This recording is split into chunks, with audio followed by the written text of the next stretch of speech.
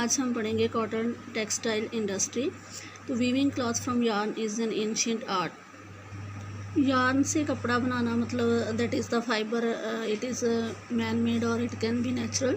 तो इससे कपड़ा बनाना एक प्राचीन कला है।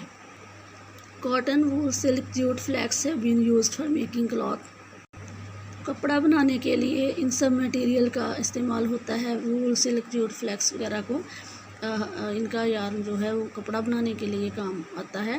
The textile industry can be divided on the basis of raw materials used in them.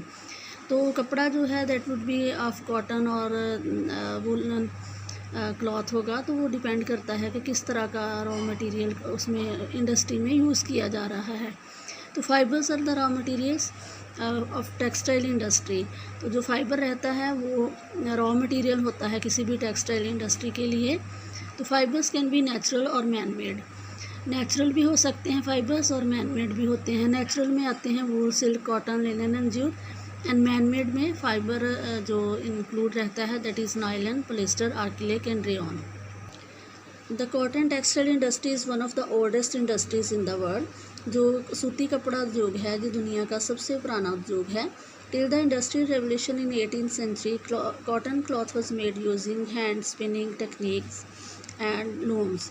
तो 18वीं सदी से पहले जब इंडस्ट्रियल रेवोल्यूशन नहीं आया था, औद्योगिक क्रांति नहीं आई थी, मतलब बहुत भारी मात्रा में उद्योग नहीं लगे थे, तब हाथों से और जो लूम्स थे, जो देसी जो खड्डियाँ कह लो, एक डिवाइस होता है जिससे कपड़ा बुना जाता है, तो उसका इस्तेमाल होता था कपड़ा बनाने के लिए।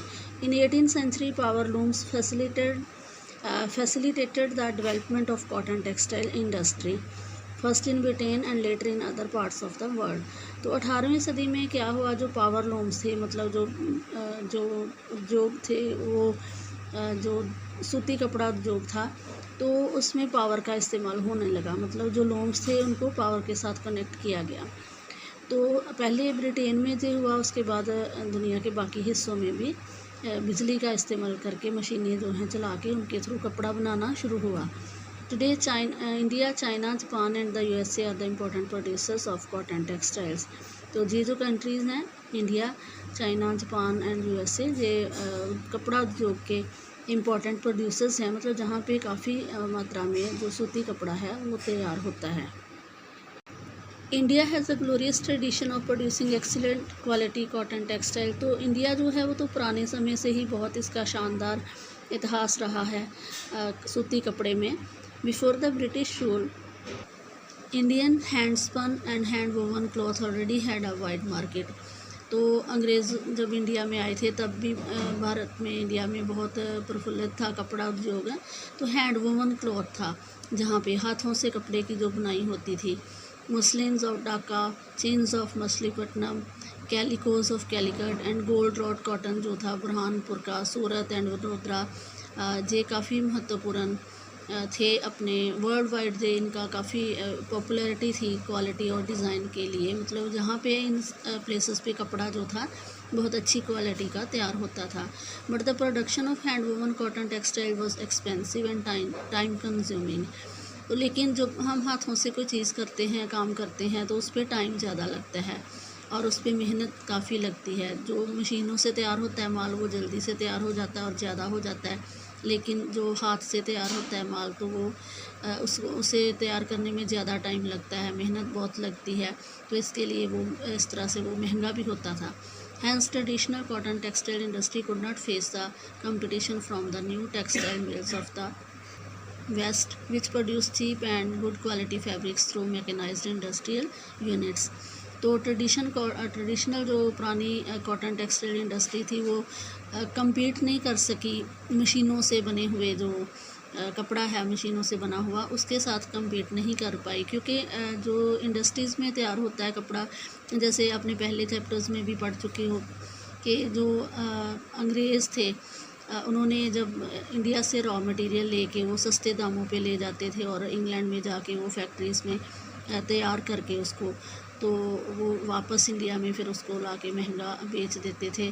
और फिर भी वो इतना महंगा नहीं होता था इंडियंस के लिए, क्योंकि हैंड वूवन क्लॉथ हमेशा महंगा होता है, उस पर लागत ज़्यादा लगती है, टाइम ज़्यादा लगता है।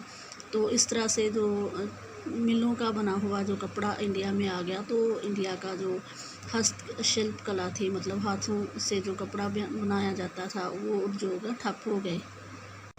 The first successful mechanised textile mill was established in Mumbai in 1854। फिर इंडिया में भी धीरे धीरे जो थे सूती कपड़ा जो था उसको लगाना शुरू कर दिया। तो सबसे पहले जो सूती कपड़े की मिल थी वो मुंबई में, जिसका पुराना नाम था बॉम्बे, तो 1854 में लगी। The warm moist climate, a port for importing machinery, availability of raw material and skilled labour resulted in rapid expansion of the industry in the region. तो इस एरिया में जो क्लाइमेटिक कंडीशंस थी बहुत ही फेवरेबल थी। साथ में पोर्ट भी था, मशीनरी को इंपोर्ट करने के लिए। इंपोर्ट करना होता है जब हम कोई बाहर से चीज़ मंगवाते हैं, तो पोर्ट्स थी, बंदरगाह थी, तो आसानी से बाहर से मशीनरी मंगवाई जा सकती थी। कच्चा माल आसपास के एरिया में से मिल जाता था, स्किल्ड लेबर भी थी। तो इस तरह से इस उद्योग का काफ़ी प्रसार हुआ, विस्तार हुआ। Initially, this industry flourished in the states of Maharashtra and Gujarat. धीरे धीरे बॉम्बे के बाद महाराष्ट्र, गुजरात में भी ये इंडस्ट्री प्रफुल्लित होना शुरू हुआ, क्योंकि फेवरेबल क्लाइमेट था वहाँ का।